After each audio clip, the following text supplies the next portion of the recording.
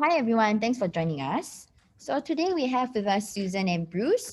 So Susan and Bruce are both founders of Edwards Mediation Academy. We've heard from Bruce previously, and now we have the pleasure of Susan joining us today. So I believe Susan and Bruce actually have some games lined up for us. They also have some TikTok videos to share with participants. So this session will be recorded, so you can actually look back and have all the fun again. So without further ado, I'm just going to pass the time over to Susan and Bruce now. Thank you, Jessica. And on behalf of my wife and business partner, Susan, who I'm going to turn this over to momentarily, welcome. It's great to spend an evening with you. In fact, this may be the first, if not only time, Susan and I can tell our adult children that we've stayed out late on a Friday night with a bunch of interesting young people in Singapore. So we're looking forward to the opportunity. Susan, you have constructed, I think, a fun event for people to get to know us a little bit better. And we look forward to the chance in the process to get to know each of the people who are watching. So why don't you take it away? Okay. First of all, welcome. And I know we're hanging with people very late in the evening on a Friday night, not just from Singapore, but from all over the world. So we got a lot to share with our kids. The game we're going to play tonight is kind of a takeoff on something that Bruce does in a lot of his trainings. It's called Getting to Know Me in the Age of Twitter. So we're going to ask networking questions, kind of questions you would probably be asked once you go out into the world starting to look for a job. But here's the rules. You answer in the chat and you have 45 seconds. And you answer as though you're writing a tweet. So the same rules apply, 280 characters and at least one hashtag, if not more. So you guys ready to get started? The first section is going to be on Get to Know Me. That's the title of the section. The very first question, what is the most amazing thing about you? So just start writing. Oh, but you guys, you have to put it in just like a tweet. We got to have hashtags.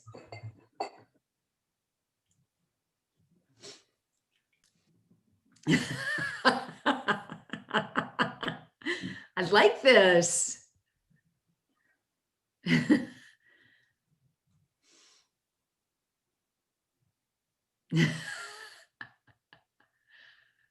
Cool vibe, swag, nice. Harry stuff is good stuff. Good. Bossy woman. Nice. Okay. I want to see Sean. Sean, is your face up there? I want to see tooth. I want to see teeth. I like this. I'm amazing because I can drink till the sun don't shine. Like that. Okay. We ready to go on to the next one? So the next one is tell us something about you that will not appear on your resume. And it can't be the same as hairy stuff, teeth, and I'm amazing because I can drink till the sun don't shine. Something different. Eat fish for tea.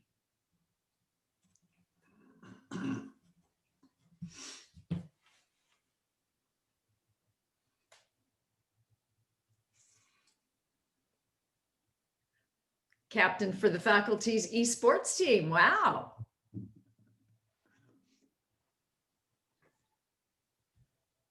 I have too many piercings.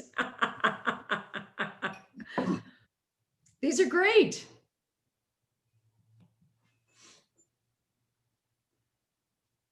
Now they're coming in. I can crack my knuckles at will. I'm a champion snack eater. It's time for 45 Finish a seconds. pack of Oreos in 10 seconds. Not kidding and proud of, not proud of it. Oh, you got to be proud of that one, man. Okay, so the third question, something you've done during the pandemic that you've never done before.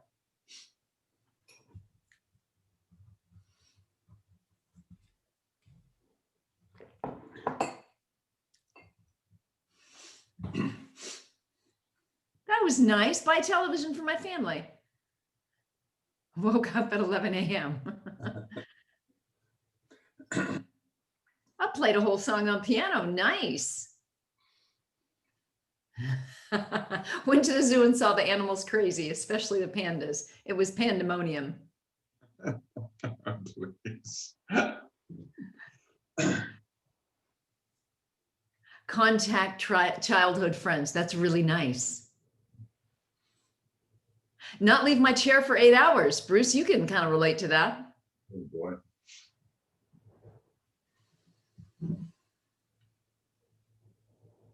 Burn. Check if my friends are still alive. Low bar set. 45 seconds is up now. Okay. Okay, so I ate dinner with my family. You've done that before. So the last one in this group is kind of, it's the, boring one. Why are you interested in mediation? Again, has to be done as a tweet.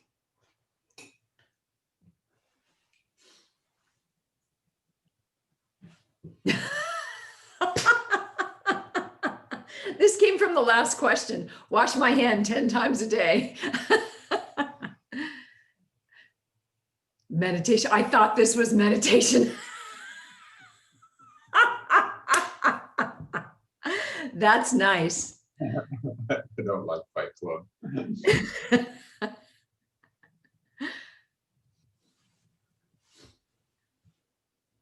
Marcus told me I could have his job in 2 years.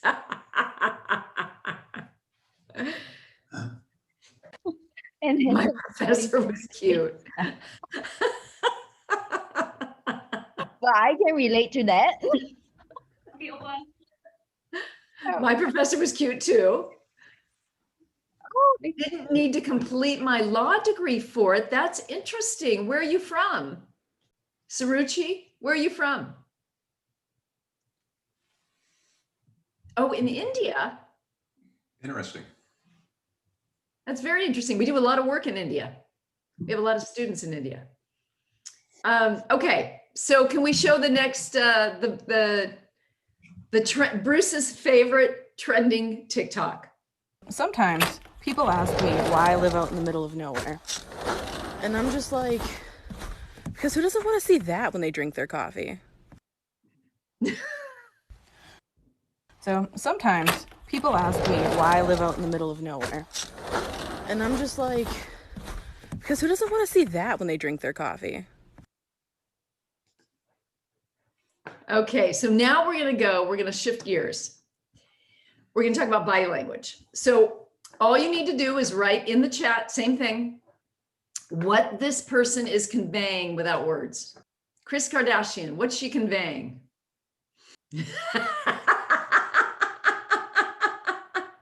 My husband got my back. She's the boss. Yeah, I don't care what you think. Look at me, I'm caramel. These are great, you guys. Can we do the next one? Yeah, what's the guy on the right saying? This was pre-COVID. Yeah. Yeah, client, I don't want to settle before. Yeah, that's client next to him, whispering in his ear.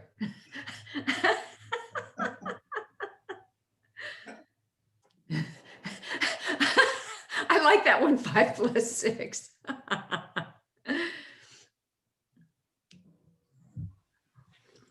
Mhm. Exactly. Okay, the next one.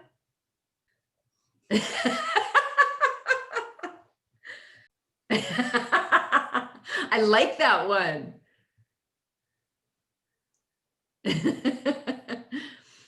Oh, you guys are great. And especially now with the stress going on in our country. Okay, should we go to the next one?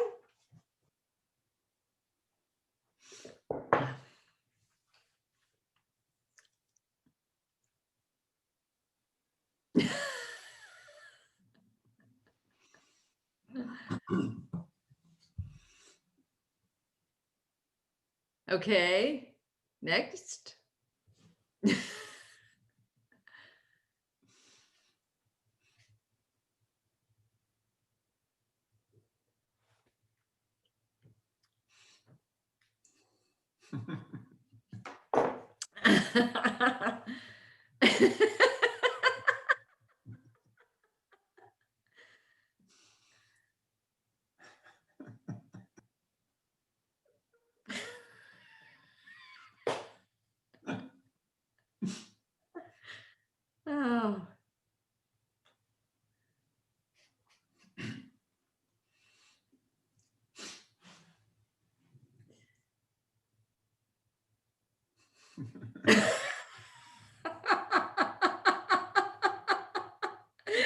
And how about the last one?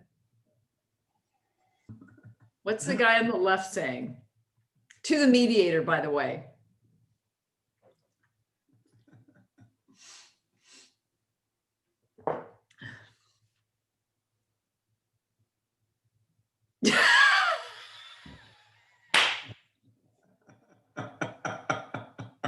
Jeez.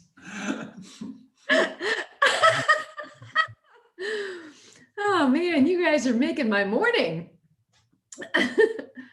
Oh.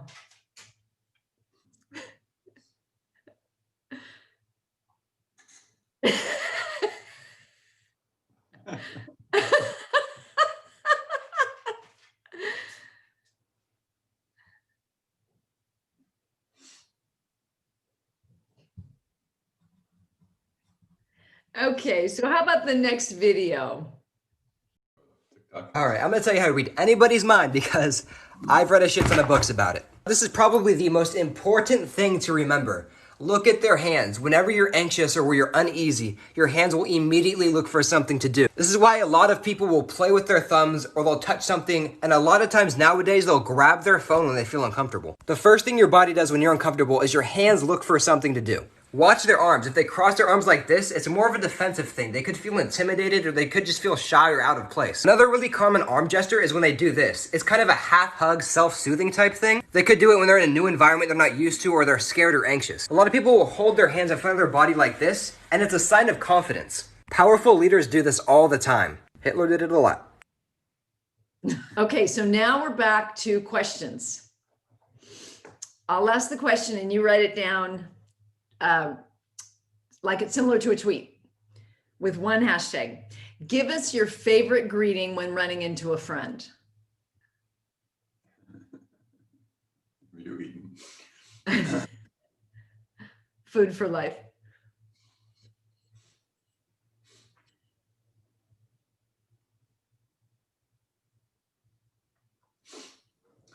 Hi, Karen. Ouch.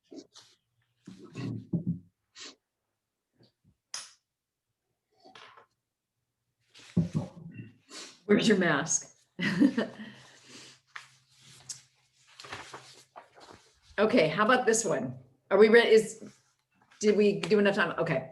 The next one. How do you end a relationship? And it's any kind of relationship with a friend, an employer, a study partner, a romantic partner, whatever. How do you end that relationship? It's not you, it's me. I'll talk to you soon. No, really, I'm saying it's not you, it's me. No, really, I'm saying me.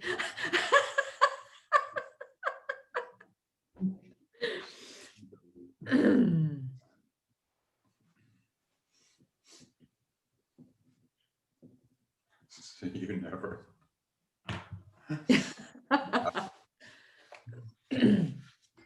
XX has left the chat. Ghost.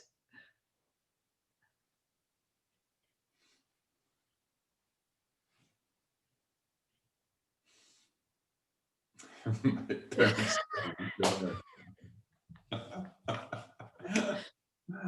Oh man.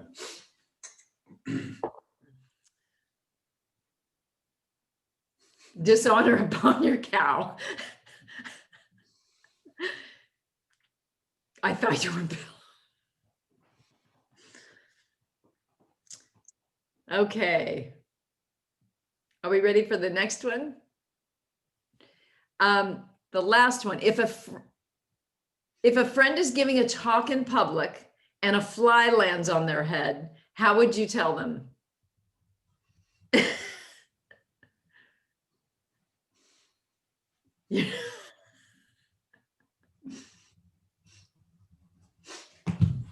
A nod.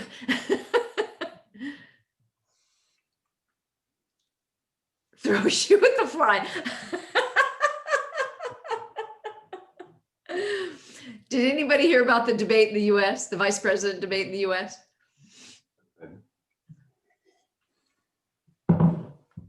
I don't think anyone knows about that, Susan. I don't know. Well, You at least got- you I got- did you until got- you yeah. explained it to me. Spray them with insecticide.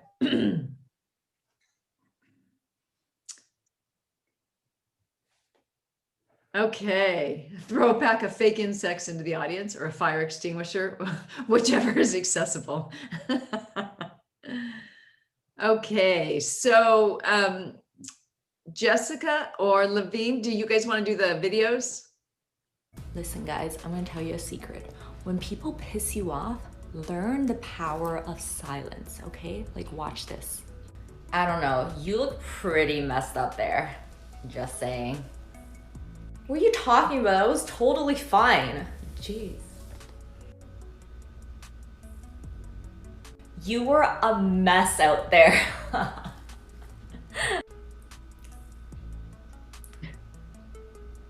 I mean, how did you feel?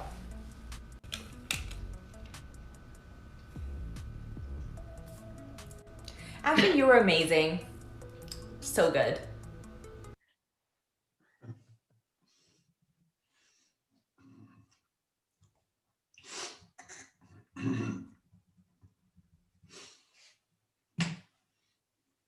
Here's a trick you can use to keep any conversation going. I use this on dates, at parties, and those lifeless cocktail hours that humans refer to as networking. Here's the trick. It's called the "this reminds me of" game. When you feel the conversation becoming boring, robotic, and answering the same questions, what do you do? Where are you from?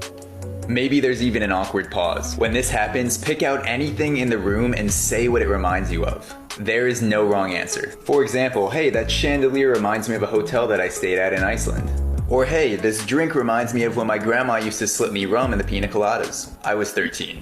The "this reminds you" game allows you to 1, get out of that autopilot boring conversation, and 2, open things up so the other person can relate with an experience of their own.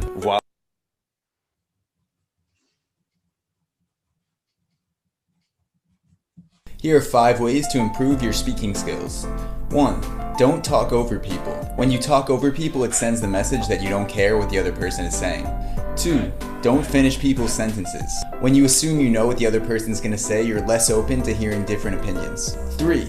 Paraphrase. Saying what the other person said back to them in your own words is a great way to let them know that you understand and they can correct you if you're wrong. 4. Listen actively. Try not to think of your response while the other person is speaking. Really take in what the other person is saying, and it's okay to pause for a few seconds to process. 5. Maintain eye contact. Nothing is worse than someone looking at their phone or off into the distance while they're pretending to pay attention. Keep eye contact to stay more active and engaged. Follow for more tips and check out my podcast, The Aux, for daily insights.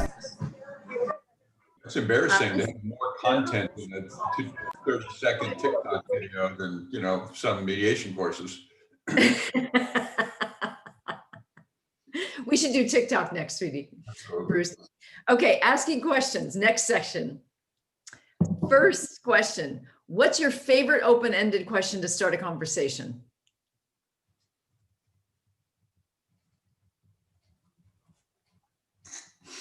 And you are.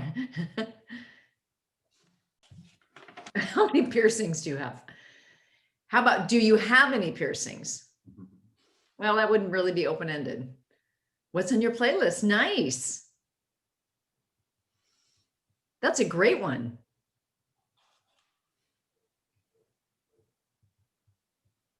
Do you think I'm cute?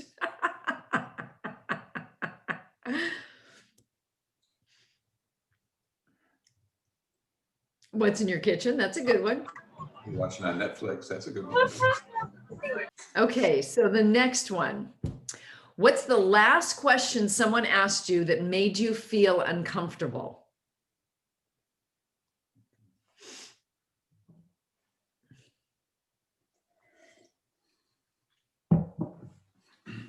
Would you like to meet up? Can we rub minds?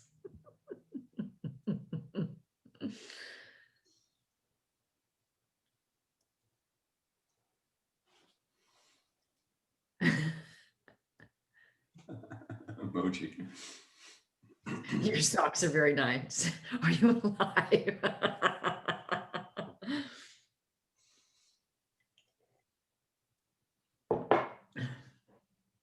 Can I have your number? Yes. Did you wash your hand?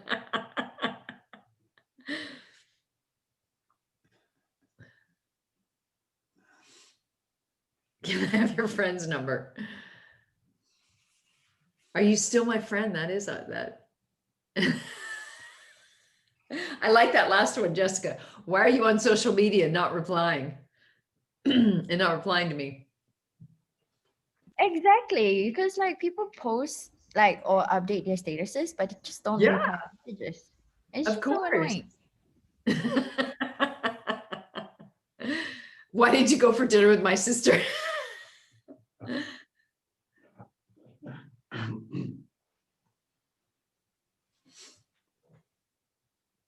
Okay, so now the last one is happy birthday, Sean. Happy birthday, Sean. Is it Sean's birthday? Happy birthday, Sean.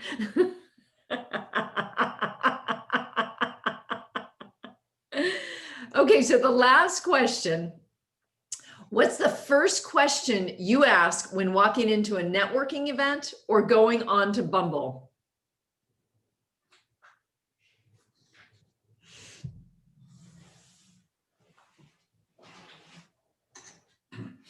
Do you have dogs? Happy birthday. Do you have dogs? Where's the cocktail?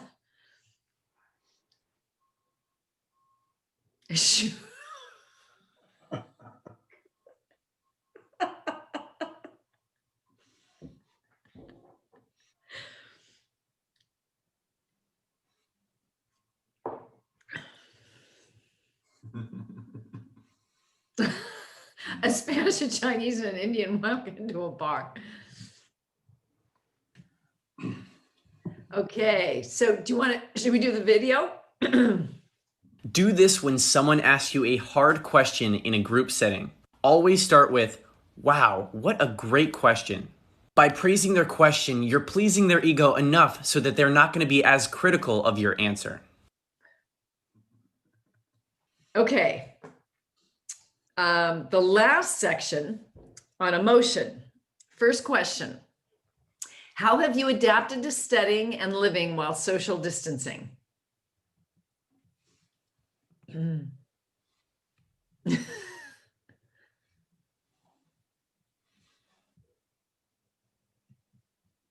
Yeah.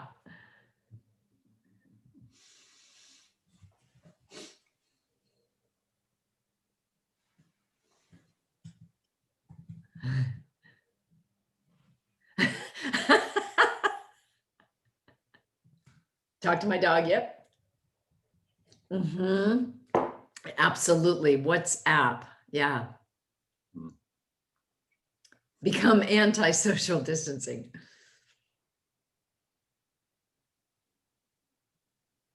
Talk to my goldfish. I've totally gotten into WhatsApping. I'm alone, so just so same, but nobody. I've had so many people tell me that. Check out Google Maps every day. Yeah.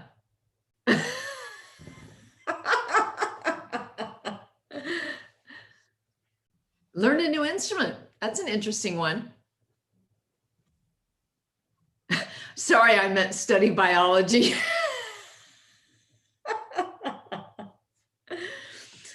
Okay, next question. Final question in the emotion. What do you say when someone gives you bad news? Something you don't like. And then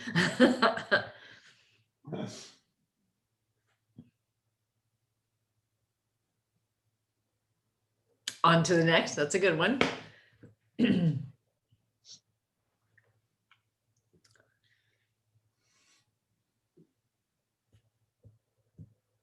Stop the jinx.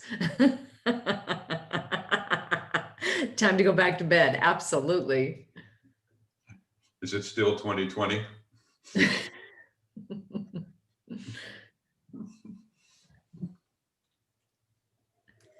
I told you not to say anything. You make everything true just by saying it.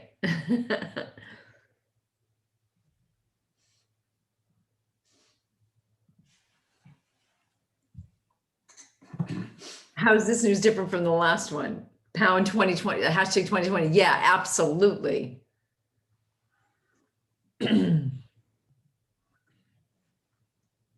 Take me back to 2019. Are we up? Is time up? Okay, so we should watch the video. Never respond to emotion with logic and logic with emotion. They're two different languages. It's like speaking Chinese to somebody who speaks French, right? It's a completely different language. I'll give you an example. If a girl goes up to a guy and goes, I feel like you never spend time with me. It's a very emotional statement. She feels like you never want to spend time with her. And then the guy goes, what are you talking about? I'm with you every single day. Maybe he's right. Maybe it's coming from a very logical place, but it doesn't make her feel better. Why? Because she had an emotional statement and you spoke a completely different language. She's not dumb. She knows you're with her every single day, but she's trying to express an emotion to you. She's feeling like you don't want to spend time with her, right? So therefore, it's more effective if you were to say something along the lines of, I love spending time with you every single day. That's why I do it. Susan, forward this to our boys, would you? Okay, so that's it for the questions. What we thought we would do at the end, if you have any questions, just send them in the chat. Absolutely. But for the remaining time we have, I'm going to ask Bruce a few questions because he's the mediator and he's been doing it for a long, long time, as long as I've known him, in fact. So Bruce, if you were finishing law school today and you had a choice, what would you do? Would you go into mediation? And if you did, how would you approach it? I stumped him. I mean, obviously, this is sort of a passion of mine. And if that doesn't come through in my talks or our videos, then I'm doing something wrong. Because as Steve Jobs says, you either sort of looking to make a dent in the universe or why else be here. And so you've got to look for career-wise what gives you passion and then sort of marry that passion to your skill set. So for me, although I convinced myself at a young age that I wanted to be a lawyer, I found out pretty quickly that law just didn't bring that passion and that it didn't resonate. And more to the point, it didn't conform with sort of my education and background in terms of how to resolve conflict. And so for me, making the decision, taking the risk, I won't say it was easy because risk taking is never easy, but it was certainly worthwhile. And in hindsight, I would say I would do it again every day of the week because it has been kind of everything that I'd hoped. And my hope is there's still plenty of path left on the journey to make a difference. And I'm just very excited about being able to kind of forge that path. Okay. What would you say if someone asked you, should I focus on ODR now that virtual mediation, Zoom mediation is all the rage? Do I even really need to focus on the mediation skills or should I just go start doing ODR? Well, we've done a lot of training on ODR and virtual mediation in the last 6 or 7 months to existing mediators. And there's a couple points I try and make routinely. The first is we've got to ensure the development of the highest degree of mediation skills before suggesting working on a different platform. There's enough to accomplish just in terms of being a skilled mediator, as you all know well from your recent experiences, before you think about overlaying into a different world of technology. And it is a different world. And so, I tell people it's like learning to drive a car about the same time you're trying to learn a foreign language. You better have the car driving skills mastered while you're listening to that language learning tape. Otherwise, you're likely to crash the car. So do develop the skills first. And then, language is always important. I mean, ODR in the United States sort of developed a bit more in the e-commerce world where the currency was high volume, low dollar online mediation. And really in the last 10 months now, we've moved into this virtual world of larger dollar amount kinds of true commercial cases and other cases, but all on a virtual platform. So I guess to answer the question, Susan, be strong in your skill development, then learn in the virtual world how to navigate using whatever platform the parties select. I use Zoom primarily, if not exclusively, and become fluent in that technology so you're not complicating people's lives, or worse, as you're navigating them through a virtual mediation. But if you want more about what the future might hold, I just wrote a blog. It's available both on our website, edwardsmediationacademy.com, and on mediate.com this week. I think it's on the front page of their newsletter, talking about virtual mediation. Is it here to stay? And I kind of talk about some of the options that we will have as mediators to sort through and to help clients sort through when we return to a world where face-to-face mediation is again possible. Okay. Next question. Can you tell us the story of your most interesting case? Can you pick a really interesting case out? Yeah, I get asked that from time to time. It's a difficult question, partly because as mediators, we all sort of fill up our bathtub every day with facts and people and emotions and arguments, and just this incredibly deep, rich, completely consuming exercise called mediation. And then at the end of the day, we're asked to drain that bathtub so there's space for the next day's event to occur. And so in that process of doing that day after day after day, month after month, year after year, I have amassed somewhere in excess of 7,000 mediations. And I'm sad to say that I've forgotten more than I remember of those experiences, despite my effort to take notes, to try and teach and write, which has been a valuable tool in remembering, many of those kinds of experiences. But clearly the richest experiences and those that resonate over time are those that have forged a cognitive connection with an emotional moment in mediation. And whether it's, people seeing the world through someone else's eyes, or having an epiphany of understanding, or talking to someone in a way that just stops the air in the room from moving. Those are just moments in mediation that you find yourself sitting, saying to yourself quietly, wow, this is why I do what I do. And seeing this, I'm just sort of privileged to be invited into this sanctuary of space that is someone else's conflict, and being able to assist in whatever capacity.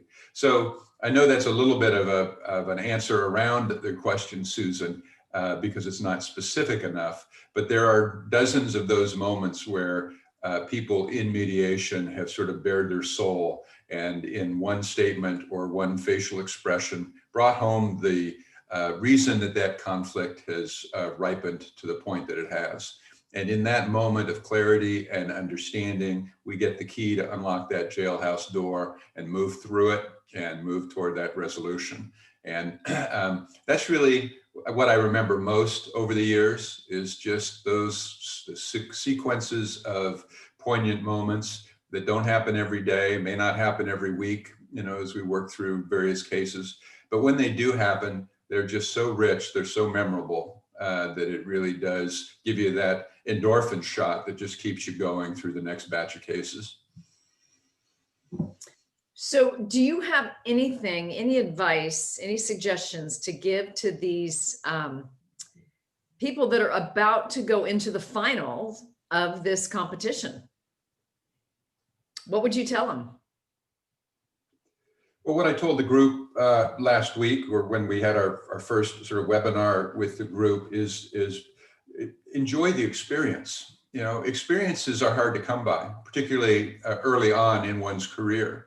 And we know sort of cognitively, we know from research in neurobiology that your mind doesn't differentiate between a well-played role play and a real life experience. To your brain, they're the same example. So immerse yourself in the experience. Your brain will quickly lose sight of the difference between that moment and what you might be doing years from now in a commercial or different setting. And it just relax and enjoy the experience. Recognize that you're going to make mistakes. After 35 years, I still make mistakes. And that's one of the sort of beauties of mediation, if you will. It's a fluid process, despite all the sort of teaching and moments that we try and discuss, but very much a fluid process, very much a series of moment-to-moment judgment decisions, not all of which will be made correctly, many of which, if they're made incorrectly, you'll find out pretty soon, if not immediately. Someone's facial response, what they say, their body language, which is partly why we had the fun exercise, looking at videos and people's body language. So I would say enjoy the experience, know that perfection is not what you're after. What we do as parents, we sometimes say to each other, if we get it right 75% of the time, you know, we're ahead of the curve and probably doing well by our children. Sort of the same in mediation. If you get it right more often than not, and when you do get it wrong, you apologize if appropriate, but otherwise you try and move laterally and forge a new path forward. And really, you know, that's kind of the best advice going into this weekend. And I think that probably summarizes what I would say best, but do enjoy. Okay. So if you have any questions, you can put them in the chat. If you have any questions for Bruce or I, or if any questions come up, go ahead and you can send me an email at susan@edwardsmediationacademy.com. Have a great time. And if there's anything we can do to help, just let us know. Let me conclude by observing, and I wasn't sure how this evening was going to go, quite frankly, because it's a little bit, social media is not something I'm spending a lot of my days on, but I thought it was a fabulous display of what we try and do in mediation, which is establish a connection. And we know from neurobiology that there's two real driving forces, two human needs that trump all others. One is growth and development. The other is human connection. And what we strive for in mediation is how to develop that connection. Susan gave great examples tonight about how that connection needs to be forged.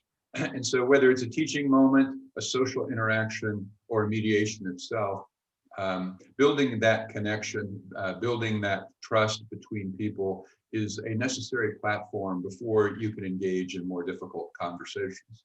And as fun as this evening has been, hopefully it's also been instructive in different ways about how you can approach building those connections. So we look forward to supporting you, as Susan says, in your ongoing growth and development in the field. And whatever we can do now or in the future, don't hesitate to call on us, because we would love to further the connection we started this evening.